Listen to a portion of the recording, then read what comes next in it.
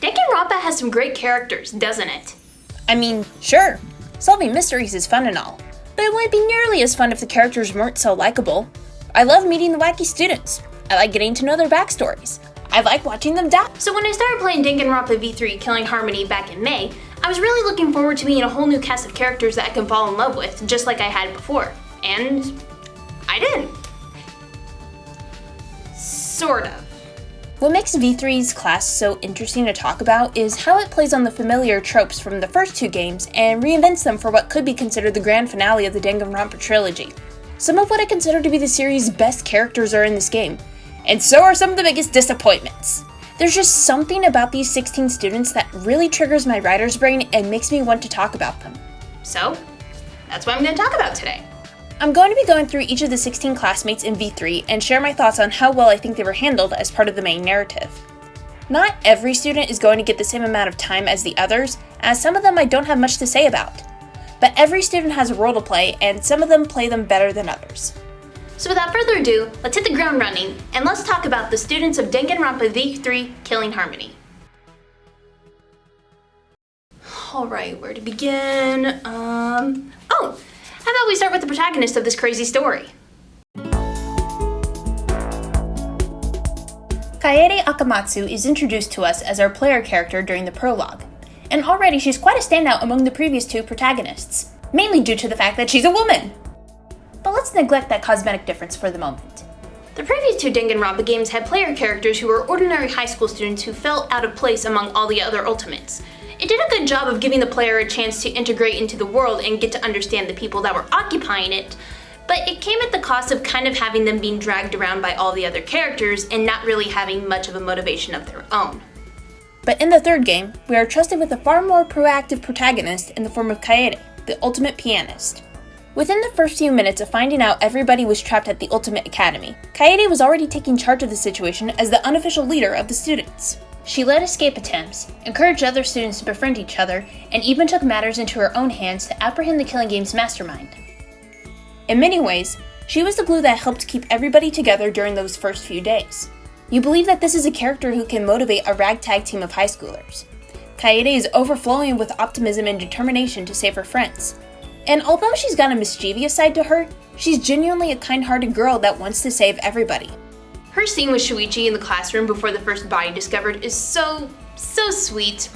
When she started holding his hand, I couldn't help but think to myself, oh my god, this is just like Sayaka and Makoto, he's going to die, isn't he? Thankfully, Shuichi doesn't die. Kaede does though. Wait, what? Yeah, I'm not kidding.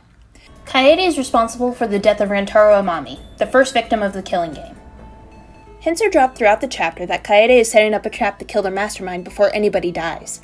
If you're a sharp-eyed player, you might notice how carefully worded some of the descriptive text is, and you might suspect your protagonist's actions.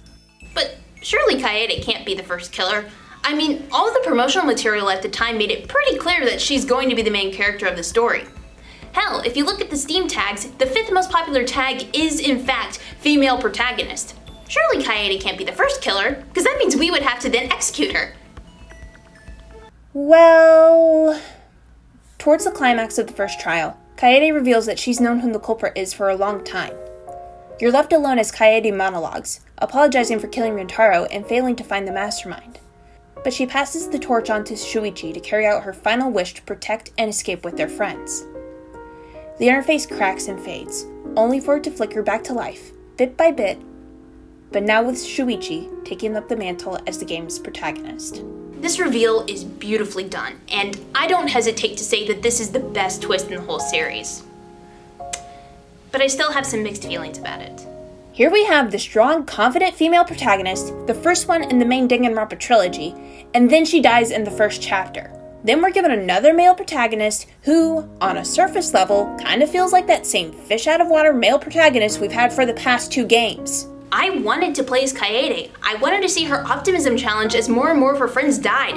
I wanted to see her become friends with the students. So it's more than a little frustrating that we had this great character, but we only got to have her for one chapter. I mean, the twist is fantastic, but I wish we could have had it without sacrificing Kaede.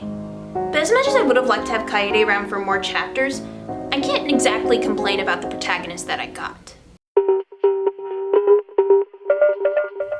I was still salty about Kaede's death, I wasn't very excited to be playing as the ultimate detective, Shuichi Saihara. But there was nothing I could do about it except either quit the game or suck it up and keep going. But I'm glad I kept with it. As it turns out, Shuichi might just be my favorite protagonist. Playing as the ultimate detective actually fixes one of the main problems I had with the first two games, and that was an over-reliance on other characters to solve the mystery for us. Like, no offense to my boy Makoto over here, but if it wasn't for Kyoko and Byakuya, he'd be absolutely screwed. But now that we're the ultimate detective, we're the one doing most of the legwork, and it justifies why we'd be the one everybody turns to for answers. Being able to read Shuichi's thoughts also adds this interesting dynamic where, sometimes, it almost feels like he's reached the truth before we do. His internal monologue offers clues about where his line of thinking is going, and he slips in a few extra details that you might have not thought of, but that he would have noticed because he's a trained detective. It feels more organic to learn new information this way, at least in my opinion. But even outside of a technical perspective, I just really enjoy Shuichi as a character. He weeps when Kaede's dead and again when talking to Kaito about his insecurities. When Gonta is confused about how he's the Blackened, Shuichi takes the time to help him understand and make sure that Gonta knows he's forgiven. And the sincerity in his dialogue about how much his friends mean to him warms my heart. He doesn't have much confidence in his own abilities because he's afraid that the truth he'll find is unpleasant. His whole character arc is him learning to trust his abilities as the ultimate detective and accept that the truth he uncovers is valuable, despite the pain it might inflict. It meshes well with the game's themes of truth versus lies, and it's something that I really appreciated from a storytelling perspective. Also this line.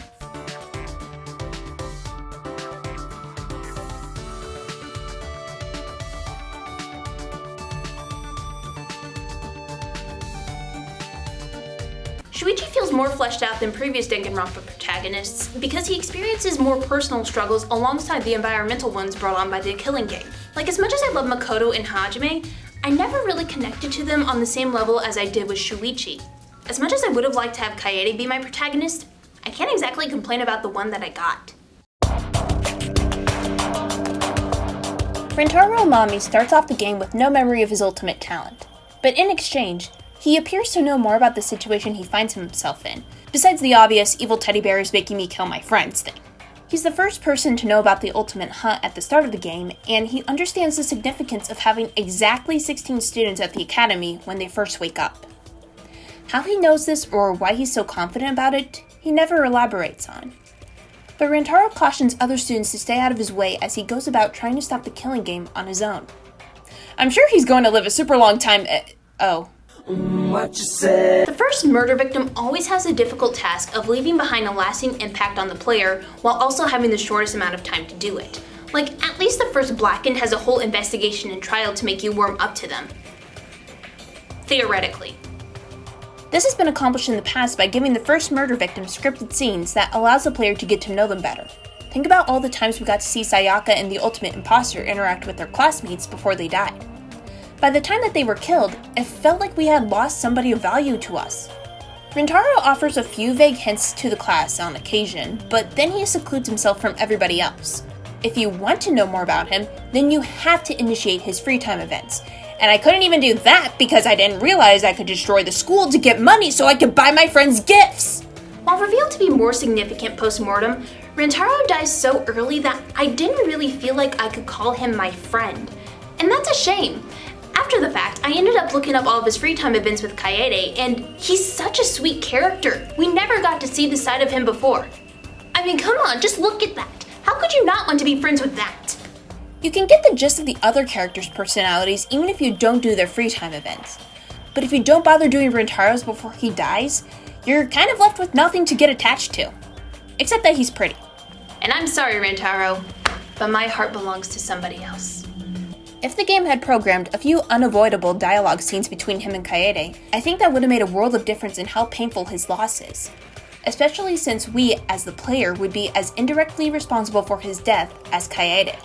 But as it is right now in the game, it makes me sad that I, as a poor person, was never given a chance to like Rantaro before he died.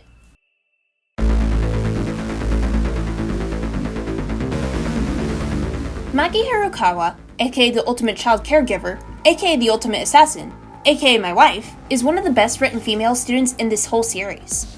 Originally set up to be an antagonistic presence in the killing game, even before it's revealed that she's an assassin at the end of Chapter 2, Maki is uncooperative and cold towards all the other students. Though you can't really blame her, as being a known assassin would definitely put a target on her back. But everything changes once Kaito ropes her into his nightly training sessions with Shuichi, and she quickly becomes one of the main trio. A certified Danganronpa trope is the main girl. She's usually a very friendly, calm, level-headed friend who always acts as your biggest supporter and proves to be a very valuable asset when it comes to trials and investigations. There's also some romantic subtext that you can read in between their interactions if you're into that. But either way, she's a dependable friend who always is on your side no matter what. But what makes Maki so interesting is that even though she's the main girl, she has one hell of a backbone, and we are not immune to it. If we're doing something that ticks her off or that she thinks is dumb, she's going to let you know. This even extends to courtroom scenes. There's plenty of moments where we're arguing against Maki. Not because she wants to see us fail, but because she's got her own ideas that clash with our own. You know, like a real person. But this doesn't mean that Maki is unlikable just because she has a bit of an edge to her. You see her evolve over the course of the game from being a brooding loner to being the one rallying everybody to keep fighting, even when all hope is lost. Even if she still asks us if we want to die on occasion, old habits die hard. She still worries about the well-being of her two best friends and checks up on them when they're sick or upset. And in an oddly sweet gesture, she even offers to help kill her classmates painlessly when they hit rock bottom. She never does fully shed that stone-faced, deathly serious persona, and I love that, because that's what I liked about her to begin with. So when she finally stands by you during class trials, breaks down in tears over Kaito's death, or gives you a sweet smile, it really feels like you're seeing all of her growth pay off.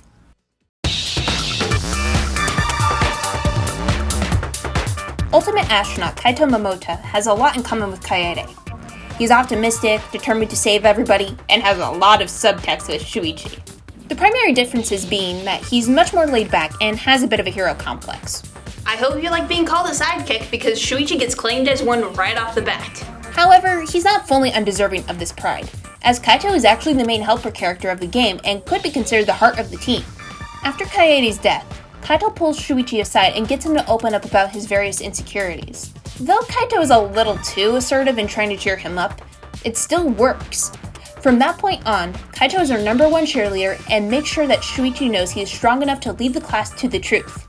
He even assists us during a few investigation scenes. The series has never really had a guy be the main supporter for the protagonist before.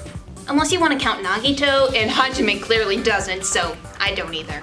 It's clear through Shuichi's dialogue and internal thoughts how much Kaito's undying support affects him. Shuichi himself says that he wouldn't be where he was without Kaito, and you can see it. It's a refreshing change of pace to have a guy be one of your closest friends. And like many friends do, once this situation starts to get dire, Kaito and Shuichi get into some pretty intense arguments. One of Kaito's defining traits is that he always chooses to believe in his friends, regardless of what logic dictates. And he ends up being right in some cases. Maki wouldn't have been welcomed into the club if it wasn't for him having faith in her.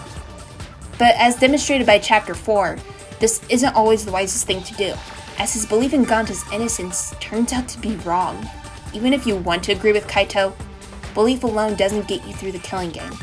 Chapter 5 was especially devastating since the results of Trial 4 damage your friendship with Kaito. And you just want to throttle him because what else were we supposed to do? Just let everybody die, idiot? But he does come around to apologizing and even admits he's jealous of Shuichi's talents. All shortly before he seals his fate as the final Blacken. But Kaito isn't afraid of his own impending death, since it was inevitable anyways, and he knows his friends will make it without him. So when he finally does go out in one of the most beautiful deaths in the entire series, you can't help but smile with him. Angie Yonaga is the ultimate artist, hailing from an unnamed island to be the game's token dark-skinned student. Angie herself is a very cheerful girl who is always smiling and is very passionate about her work. But her primary defining trait is being a religious zealot for her island's god, Atua. Not a whole lot is known about Atua, but he's often used as Angie's justification for her actions and her beliefs, and he's only really debatably benevolent. So not everybody is fully on board when Angie starts a cult in Chapter 3 that's meant to prevent another murder from occurring and keep people from wanting to leave the academy. Am I the only one who's mildly uncomfortable that the only dark-skinned character's main role is being a cult leader who worships a fickle god? You would think that a religious classmate would be a very interesting addition to a killing game, especially since this entry focuses so much on the aspect of belief, because what is religion if not faith in something you can't prove exists? The idea of a student who's deeply connected to her home culture sharing the wisdom of her island's god, and genuinely trying to keep everybody safe by convincing them her god will protect them, that's good. But the way they went about it is not. So much of Angie's dialogue is centered around Atua that it gets exhausting. Like, sure, religious people can feel very connected to the deity that they worship, but name-dropping Atua in every other one of Angie's sentences is not the same as making her religious. It wouldn't be that hard to show some other ways Angie's worship impacted her daily life. Maybe she builds a ceremonial shrine to the deceased, or she avoids eating a particular kind of food because of religious restrictions. Or maybe she prays a set number of times a day and invites the player to a prayer session during a free time event. Angie's characterization gets even worse in Chapter 3, aka the place where all nuance goes to die. Most of her actions are written off as being manipulative and two-faced, given how she justifies every action she takes as being Atua's will. In theory, it's a good way to make her more morally gray. Is she a well-intentioned extremist, or a manipulative opportunist? If she had dropped the tearful act when explaining her motivations, or even just had one student stand up for her after her death, it would have helped soften the blow. But I wish that she had been given a little more thought in how her actions were received by other characters once she passed away. Because everybody talking about how she brainwashed the student council has let a lot of players villainizing a character who genuinely might have had good intentions, even if she was just misguided.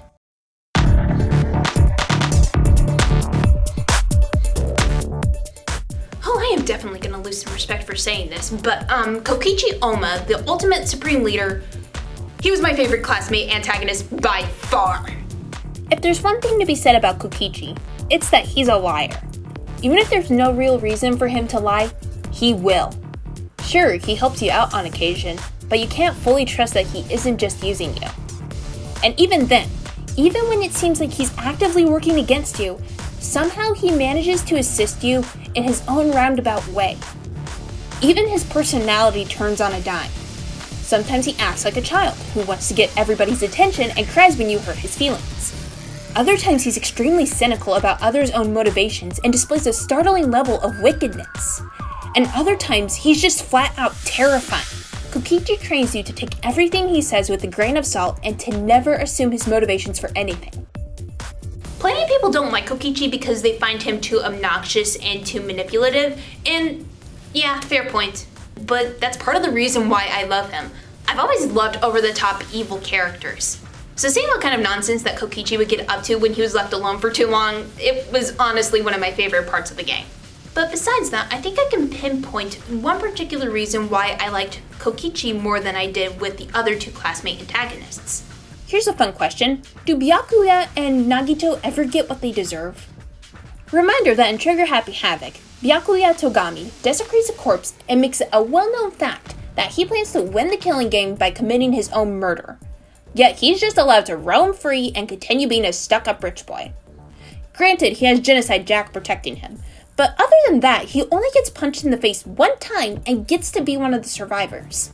And in Goodbye Despair, Nagito does experience consequences for trying to murder a classmate as early as Chapter 1, but he never seems to be perturbed by anything we do to stop him, and largely escapes any severe penalties.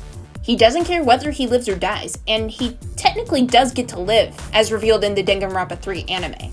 Even though I don't really mind Byakuya or Nagito, I would have really liked to have seen them get their comeuppance at some point in the game outside of a punch or maybe just getting tied up once or twice. But you know who does experience consequences? Kokichi. And tenfold. The first time is when his bug meet and greet plan backfired and you can hear him screaming in the distance when Ganta introduced him to the bugs. But he also got chewed out and chased by Kirumi, choked by Maki, threatened by Korekiyo, decked in the face by Kaito, absolutely roasted by Shuichi, smacked in the head by a loose floorboard. Okay, that one was just an accident, but it was still super funny. And although nobody could catch him to tie him up, he was targeted not once, but twice as a murder victim by 2 separate people. You can tell the rest of the class hates him. And you know what? Good. Kokichi is mean-spirited. He gets Miu and Gonta killed. He turns Kaito and Shuichi against each other. He emotionally breaks quite a few students, and he lies about being the goddamn mastermind. And all the while, he's got this little innocent smile and laugh, making light of this terrible situation and talking about winning the killing game. You want to see him get screwed over, and he deserves it. He's a horrible person who thrives on being evil. Except does he really? Despite everything I've said, the game implies that Kokichi isn't heartless or amoral, at least not completely. First of all, he doesn't sexually assault you and respect your lack of consent. God, I can't even believe I have to say that. As rare as it is, you do see glimpses where it feels like some of the facade has dropped. I'll never forget this scene just before Gonta gets executed.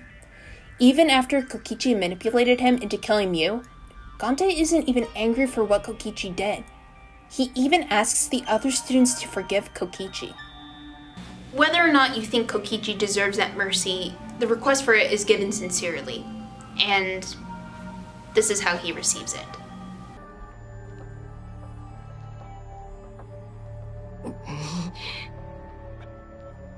I believe this response is genuine, and that Gonta's honest compassion broke him. Everything he said afterwards about it being fake felt like Kokichi trying to trick himself into believing he feels no remorse for Gonta and Miu's deaths. And in Chapter 5, when everybody hates him to the point they're plotting to kill him, Kokichi lets himself get crushed to death as a last-ditch attempt to stop the killing. Because how can a game be fun when it's one that you're forced to play? Not everybody will feel the same way as me, but going to Kokichi's room in Chapter 6 and learning that his evil organization was really just a group of harmless, petty clowns, I felt really sad for him. You could tell that Kokichi didn't really want to end up becoming a murderer in this game. At his core, he was really just a bratty kid. But he doomed himself by trying to keep up this evil facade, and in the end, it just further isolated him from the rest of the class. Nobody could trust him, nobody liked him, and probably the only person who did, he ended up getting killed. So, in the end, what else was there for him to do but eventually use his death to pull one last trick to try and stop the killing game? And even that doesn't succeed. I say all of this understanding that Kokichi is not a good person. I'm not even sure if I could call him a morally great character. He's untrustworthy, he's manipulative, he's immature, and he wanted this killing game to end. Or did he? Was that just another lie he made to keep people guessing after he was gone? Did he ever truly mean anything that he said? We never really get a full picture of Kokichi even after his death. All this time that we spent with him, and the only thing that I can say I know for certain about him is that, well, he's a liar. But that's what made him a delight from beginning to end.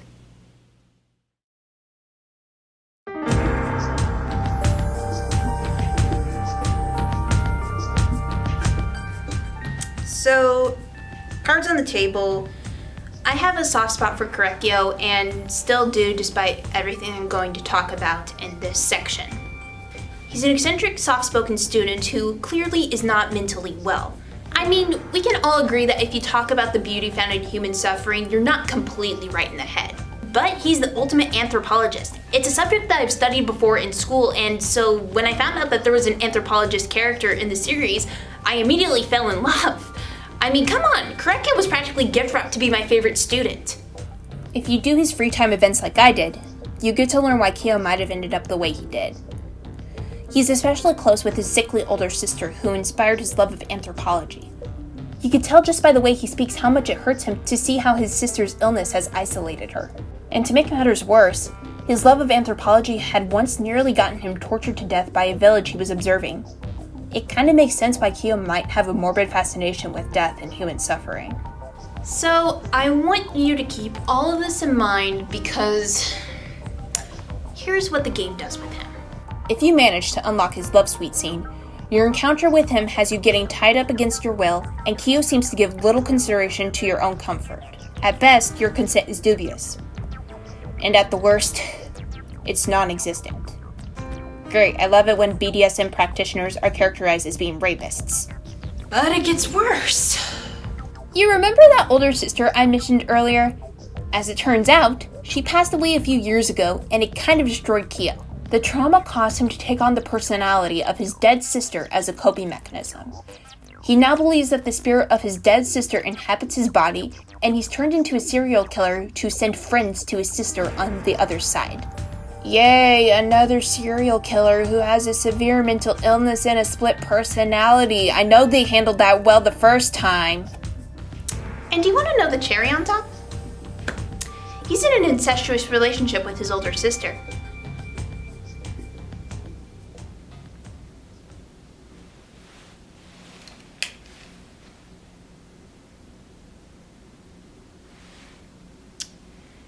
Now, I'm aware that this is a fictional game and that Danganronpa has never strayed away when it comes to talking about dark subjects. But incest and rape are two forms of abuse that affect countless people across the world, and it can be a very triggering subject for those who have either survived it or are still going through it. Writers, if you plan on including either of these subjects in your game, I implore you, please take the time to consider why you're including this in your story and how you're going to portray it. It may just be a work of fiction, but as this game itself points out, fiction can still have an impact on reality. Now, we're diving into fan speculation here, but we're led to believe that Korekiyo is a high schooler, so at most he's 18 years old, and his older sister has been dead for some time. Given the fact that he's at least a couple years younger than his older sister, and that some of his dialogue as his sister can be read as a little passive-aggressive and controlling, it's not unreasonable for a player to suspect that Kyo was groomed into this relationship and taken advantage of by his sister. Would this excuse any of his actions? Of course not. But Kyo is never afforded that level of nuance by anyone in this game. It leaves me to believe that these twists were only included to turn him into a twisted psychopath. Yet this still could have been achieved without putting him in an incestuous relationship. Kyo could have just been a devoted younger brother struggling to cope with the death of his sister, whom he idolized for getting him into anthropology and felt obligated to look after when she was sick. And did you really have to villainize another character with a split personality disorder again? Even the love suite scene could have been improved with a few tiny tweaks to the dialogue and still kept the same vibe. There, I fixed it. You could have just done that. If you do not like or feel comfortable with how the game treats Korekiyo, I don't blame you for a single second, and I'm very sorry if this game personally affected you on a deeper level, because the way that they did this is absolutely disgusting. Okay, things are getting a little bit intense right now, so let's take a moment to go through all the characters that I haven't talked about yet, but still don't have a whole lot to say.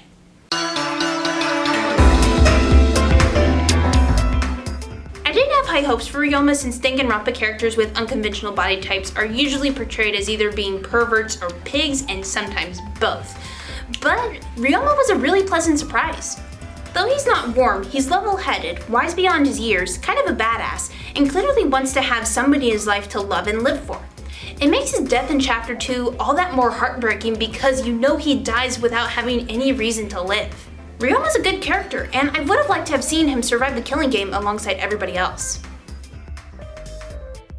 Warming up to Tenka was a bit of a challenge because at the time she was mostly obsessing over my then least favorite character and calling all of the boys degenerate males, despite the fact they were usually pretty okay.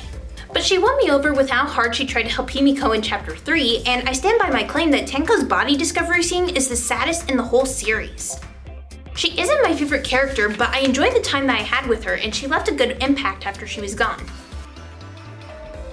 My main issue with Kibo is more that I didn't really buy the fact that he was a robot outside of a few nifty upgrades and a couple passing mentions about the fact that he was trying to become more human. He kind of felt like an ordinary student to me, just with a different coat of paint, and that made everybody's robophobia feel a little forced. Ironically, I think Kibo would have worked better if he was made more robotic, like he either had a voice filter on or he had a harder time emoting with his face. Kibo's a perfectly fine character, I just didn't click with him until the final chapter. Gonta is a himbo, Chapter 4 absolutely gutted me, and I love the fact that even though he knew he wasn't very smart, he never stopped trying. No complaints here, Gonta's a great character and I would die for him. I didn't start out liking Himiko because I don't really like childish characters by nature, and it didn't feel like she offered much to the plot in terms of contribution.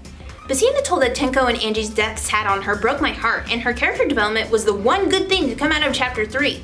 She's funny, kind of dumb at times, adorable, and I would say that she has the greatest chemistry with her classmates. I'm glad that Himiko survived. I really like her and she makes me smile. Kirumi's grace and poise was a really welcomed addition because at that point in the game, I didn't really like any of the other female characters. But where she really shined was during Trial 2, where she was accused of murdering Ryoma. The subtle manipulation that she tries to pull on the other students is really diabolical, and I'd love to see her come completely undone when she was finally backed into a corner. You could spend a lot of time debating whether or not Kirumi was justified in killing Ryoma, and I think that's part of the fun, though I wish she wasn't subjected to as much fan service as she is. Just so we're clear, I don't think Miu is a poorly written character, but she is just so over the top with the sex innuendos and the bathroom humor that I found myself dreading every single conversation that I had to have with her. She makes me as uncomfortable as Teru does, but at least he has the courtesy to die in Chapter 1, and there was no love suite scene that I had to have with him. I do appreciate that more depth was given to her character, and she did make me laugh quite a few times. Plus, I'm never going to say no to another female character who's proud of her sexuality. Miu's not my cup of tea, so I don't really like her, but I totally understand why other people do.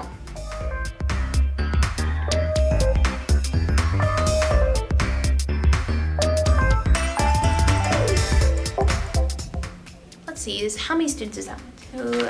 15? Who am I forget? Oh, right.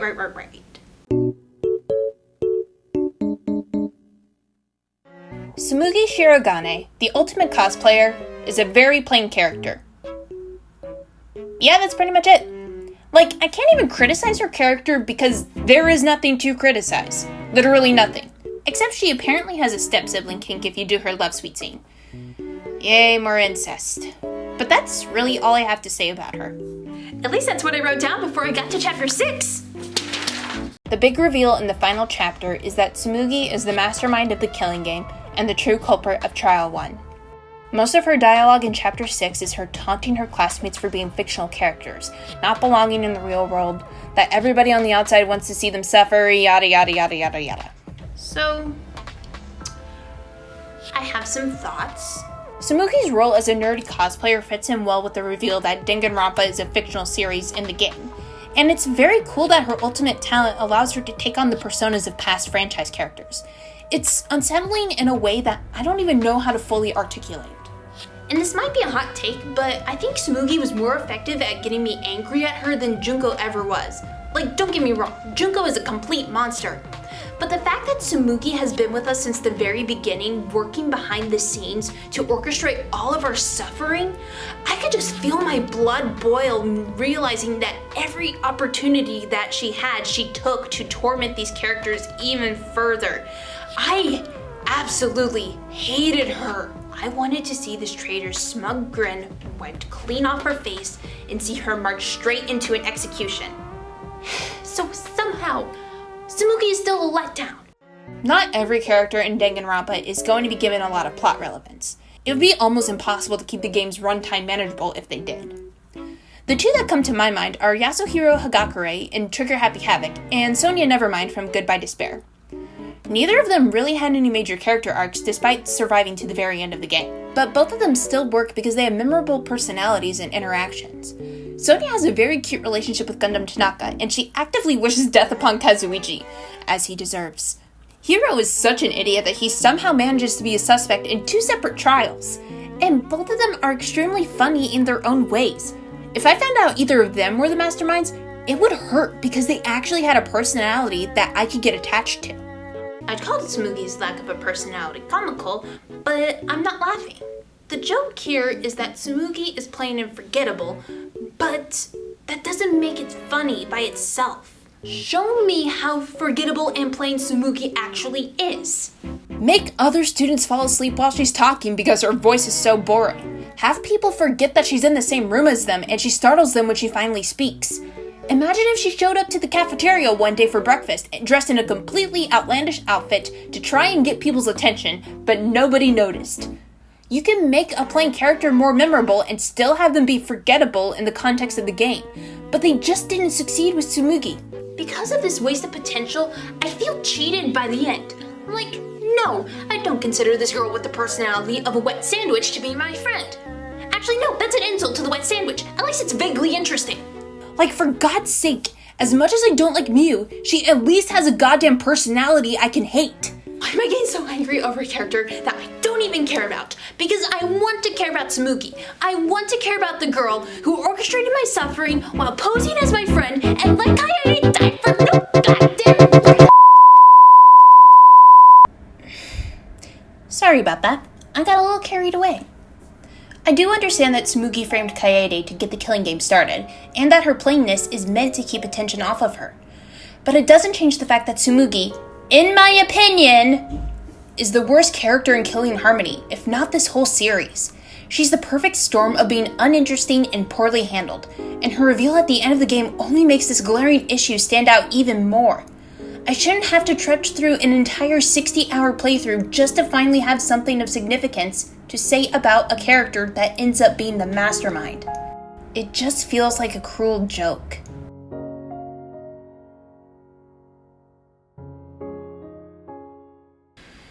And with that, that's all 16 students. So, fun fact, this was originally going to be a quick section in my upcoming analysis video discussing the entirety of Killing Harmony. Don't worry, the script is almost done. But I realized that I had so much to say about each of these students that I couldn't do them justice in a short 5-minute segment. That's what makes V3's class so special. They give you so much to talk about. And honestly, I had to cut out so much from this video just to make it underneath an hour long. For every character that has such a well-constructed personality and backstory, there's another who was so close to being great but fell short right at the last second.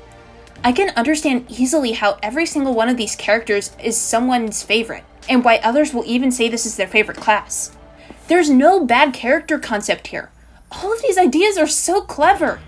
But that's where this class falls short for me. How many times did I say throughout this video that I liked the character, but I think they were handled poorly? Granted, I don't expect these characters to be fantastic, or even very complex.